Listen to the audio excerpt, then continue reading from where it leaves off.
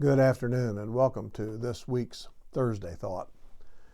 If you live in the Wichita area, you've probably seen the billboard signs advertising a certain injury lawyer firm. The sign says in huge letters, "More money, more money, more money."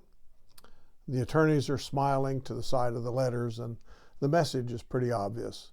If you're injured and you want the most money from a lawsuit, contact this law firm. Now, I will tell you that if I did need an injury lawyer for some reason, I probably would not contact this law firm, because they are, whether they know it or not, banking on a person's greed to get business.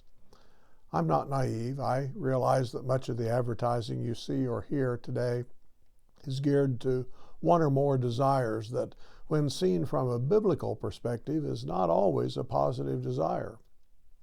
Some of those desires might be a desire for physical comfort and convenience, looking attractive to others, having a one-up on one's neighbor by having a nicer car, a nicer house, furniture, and so on.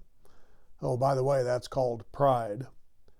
Sexual attractiveness, having the latest and greatest of some item, the ability to boast or brag about an experience or a trip or whatever to others. And I'm sure you can think of other things in this area of life and living in today's world. Now, this particular advertisement is, I believe, rather blatant in catering to a desire for more wealth. Yes, if someone is wronged in a vehicle accident, it needs to be made right as much as possible, but this ad seems to go beyond that and into the area of greed, in my opinion. Think also about other advertisements you see and hear. Sometimes it's more of a necessity to have, for example, a larger vehicle due to work requirements or for some other rational reason. Sometimes it's more of a necessity to be nicely dressed for some occasion. I get that. But there is, I think, all too often the outright pandering to our more base desires in a way that's not beneficial, is not loving, and is not in the way of right living and doing. Jesus had something to say about money and greed. In Mark chapter 7, it's a classic example. What comes out of a person, he says, is what defiles them. For it's from within, out of a person's heart, that evil thoughts come. Sexual immorality, theft, murder, adultery. And here's that word greed, malice, deceit, lewdness, envy, slander, arrogance, and folly.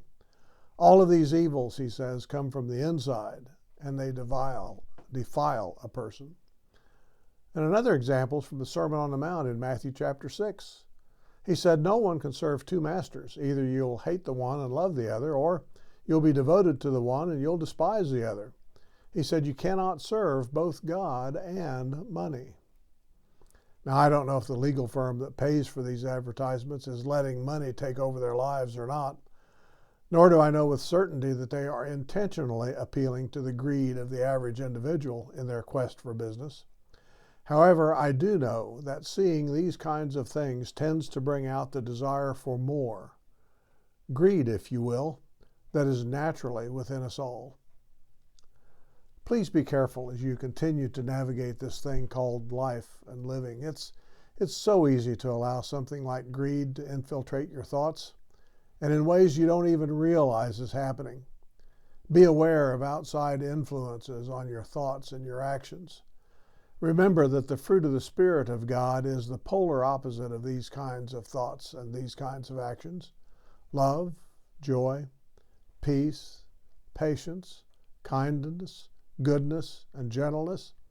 Those are the things we should be desiring, not those things that the advertisement, more money, more money, more money, tends to bring about.